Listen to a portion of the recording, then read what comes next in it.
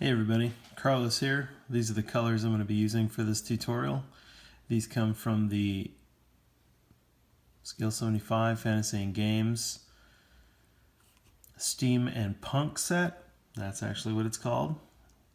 The colors used are Arbuckle's Brown, Peanut Butter, and Hikey Yellow. Some colors that you could substitute: Averland Sunset. You can see that Hikey Yellow and Ice Yellow are pretty much exactly the same. If this was an oil paint, it'd be called Naples Yellow Light. So this color, I mean, it's not a one-to-one, but it's virtually the same. So you can see that there's a lot of different ways. There's a lot of different ways to achieve a non-metallic metal. This is going to definitely give you a different tone. This peanut butter looks to be a little bit more, I don't know, reddish. This one has more yellow, or is I don't know, looks closer to green right now in the light, but that's something to think about. Your gold color, the color where you're going to get your gold from, is going to be, this is going to control the tone and also the shade color that you use. Arbuckle Brown is kind of a red, dark red brown. So it's going to give us a warmer gold, which is good on loyalists, and you can even use it on non-loyalists. But if you wanted a colder gold, you would just use something that more like a black,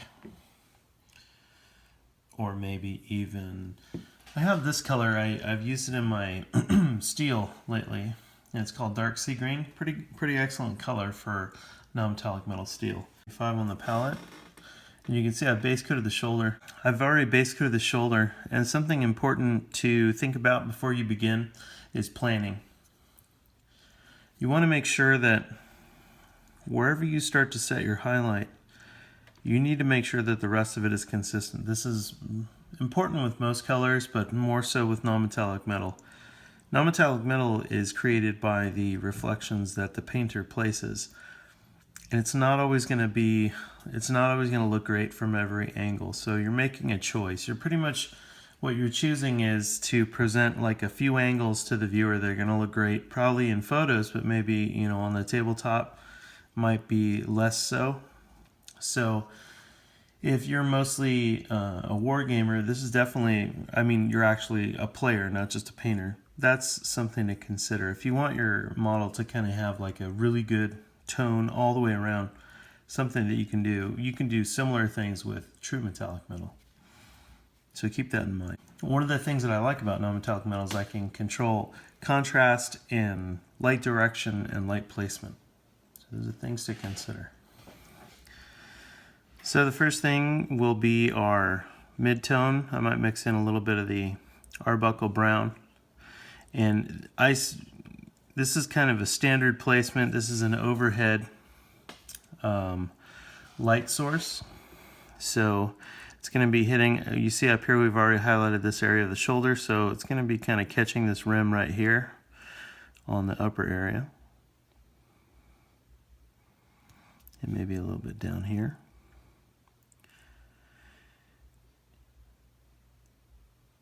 And it's best to avoid trying to do multiple reflections until you get this technique down.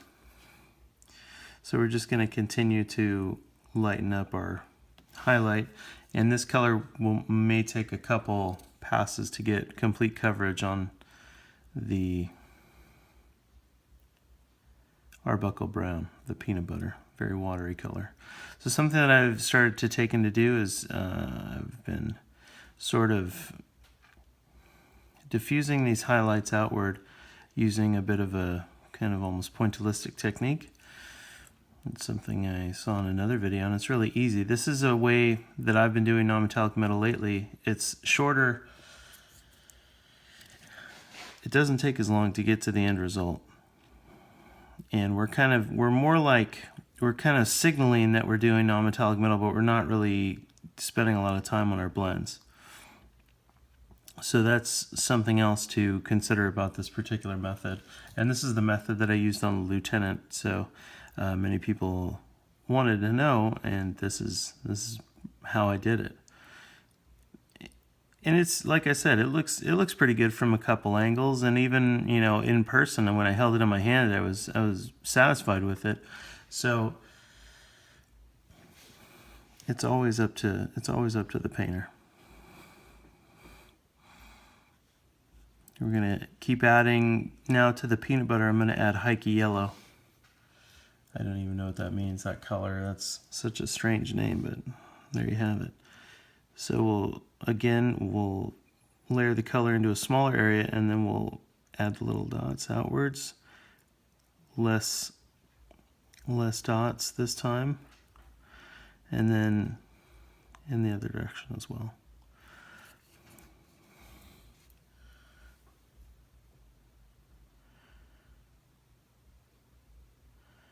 This one is going to be even smaller. We'll kind of grab the rim right here, the edge of the shoulder, and then down here underneath. And a lot of this, it takes a lot. I'm not gonna say that non-metallic metal gold is one of the easier things that I was able to learn. It took me a long time, and even sometimes I'd say that I'm not 100% happy with my results, but I'm getting a lot closer. And lately, I've really, this particular technique it's less time consuming than doing it the old-fashioned way, which is like a zillion glazes. Part of painting is also trying new stuff and just kind of changing it up. I know for the pros, they definitely, and I'm no pro, but for the pros, they like to, I don't know, develop and change. So why can't we? Why can't us amateurs do the same? So again, with the Heike Yellow, going to get up here in the inside of the shoulder, and probably more of the inner rim facing towards the blue on the shoulder, as opposed to the opening of the neck. And just gonna again continue the dotting. So let's have a look at it. I need to see it in the camera. I'm looking at it in person. So we started to create that. On this side, I'd say that the highlight is slightly unbalanced towards this area right here. This probably needs a little bit more of the mid-tone. The upper area, I'm going to add some more mid-tone as well. So we'll get some peanut butter, and we'll probably water it down slightly.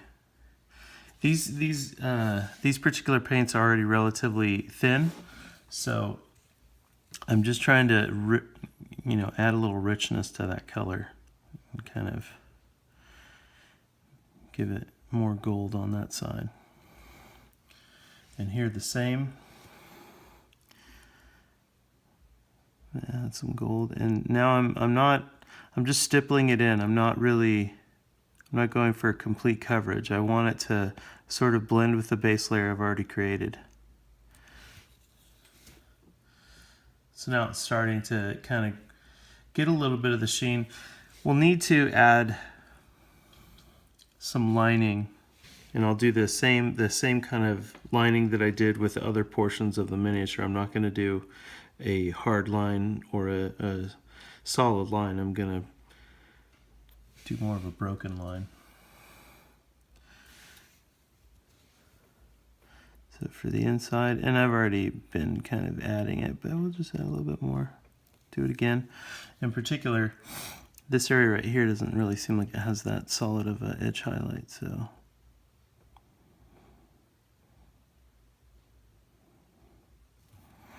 add some more over here. Oh, there we go. Okay. And then on the bottom, the same. And this one, since it's a lot easier for me to catch the edge, I'm gonna definitely, just kind of, again, stipple that edge highlight on there. And I like the way that looks. If you don't, if you prefer more of a solid line, you can do a solid line. Nothing saying you can't. I just prefer the way that the kind of stippled line looks. Got it out. managed it. Okay, and then need to make sure I'm in camera. Last time I had a lot of footage I lost because I was just, you know, I start painting, I start talking, and then I kind of lose track of where the camera is. So anyhow, let's have another look. Let me take my glasses off. Yeah, it's starting to catch a little bit of that non-metallic appearance. So I'll get a little bit of my, I think I have some ivory on here somewhere. There's some white that I used from yesterday, and this we're going to use for just a specular highlight in a few areas, and also add kind of some gleam to those chips on the edges. So we'll add the specular highlight here on top.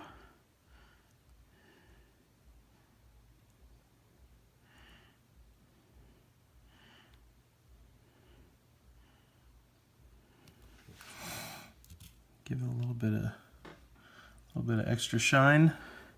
And then up here along where the hikey yellow already was. And the hikey yellow looks pretty white to begin with, but our specular highlight is gonna add even more pop to it.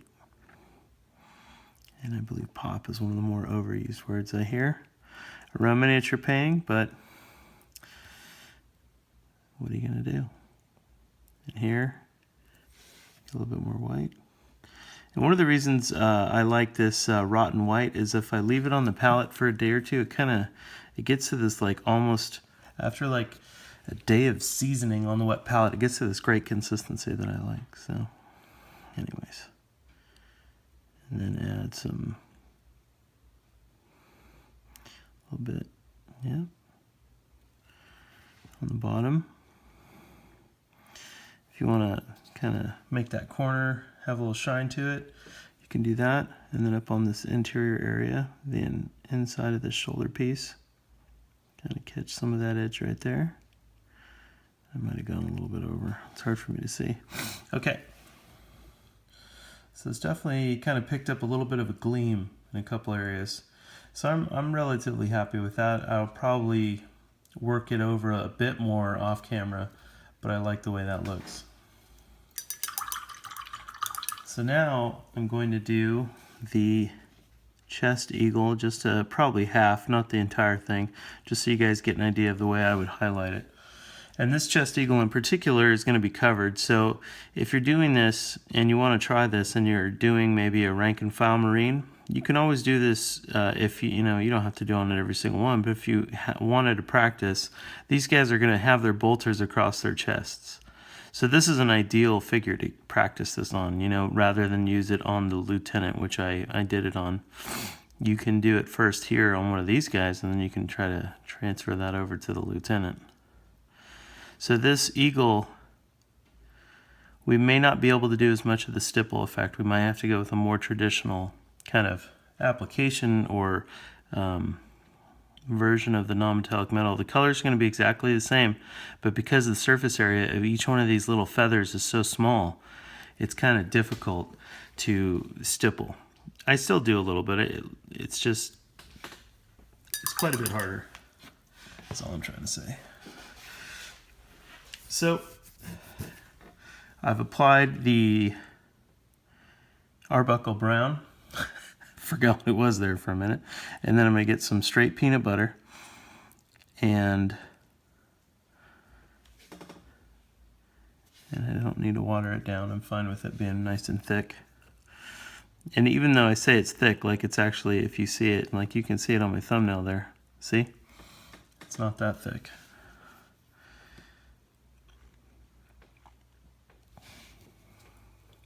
So first I'll catch, and since our light direction is from the front, slightly overhead, coming down towards his left shoulder over here, left shoulder, light source coming down overhead, like so. I don't know, the transition has to be abrupt. So there's not going to be like a lot of time for glazing, and again, so we're going towards the center. We want to preserve a little bit of the Arbuckle Brown, so we don't want to paint. We have to be tidy, and we have to be careful. So this is where having a very pointy brush is going to be our ally. Bring it in. Bring the highlight towards the center. If the camera's shaking, it's because my mouth is like right on top of the tripod. I'm having to get very close for this.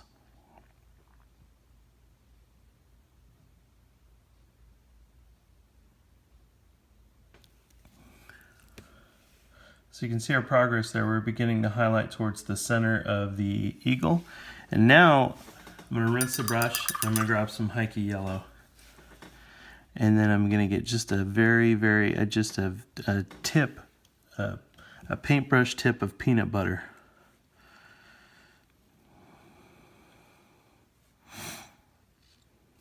And we're going to go back in.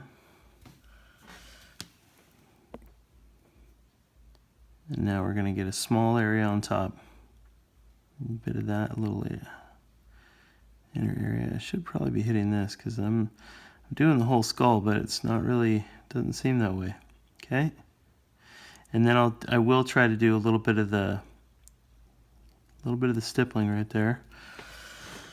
And now the moment of truth. We go into the center of the eagle.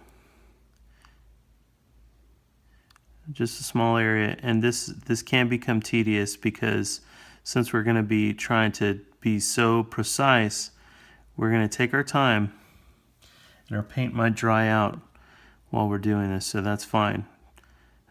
Painting is not always a straight line. Well, it's never a straight line, and sometimes it's not easy either. It can be time consuming. It can be tedious. So I've got almost pure Hikey yellow, like a little bit of a hot spot. So we're pretty much done. This may not look like awesome from below. That's definitely where metallics have the edge. Metallics, you know, they'll look pretty great from above or below. And when I say below, I mean holding a miniature like this. You can see it's all brown down there. But from this angle, it looks okay. So we're going to get some more of those edges, create that kind of specular highlight out on the feather.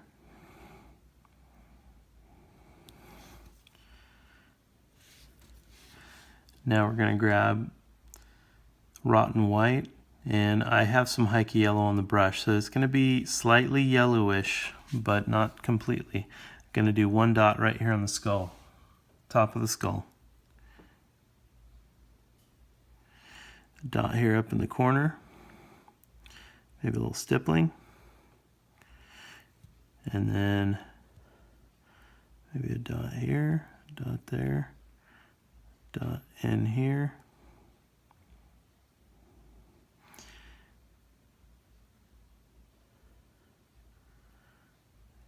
Dot out there. And what we're trying to do is, again, we're just emphasizing that spot highlight.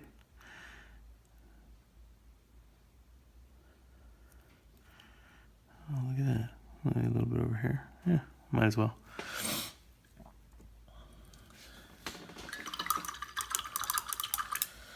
So we're in a pretty good place. I've got half the eagle done. I'll do the other half the same off camera. And you can see the shoulder. I've done it the same as I did on the lieutenant. And we're well on our way. We're going to talk about steel non-metallic metal next. Thanks, guys.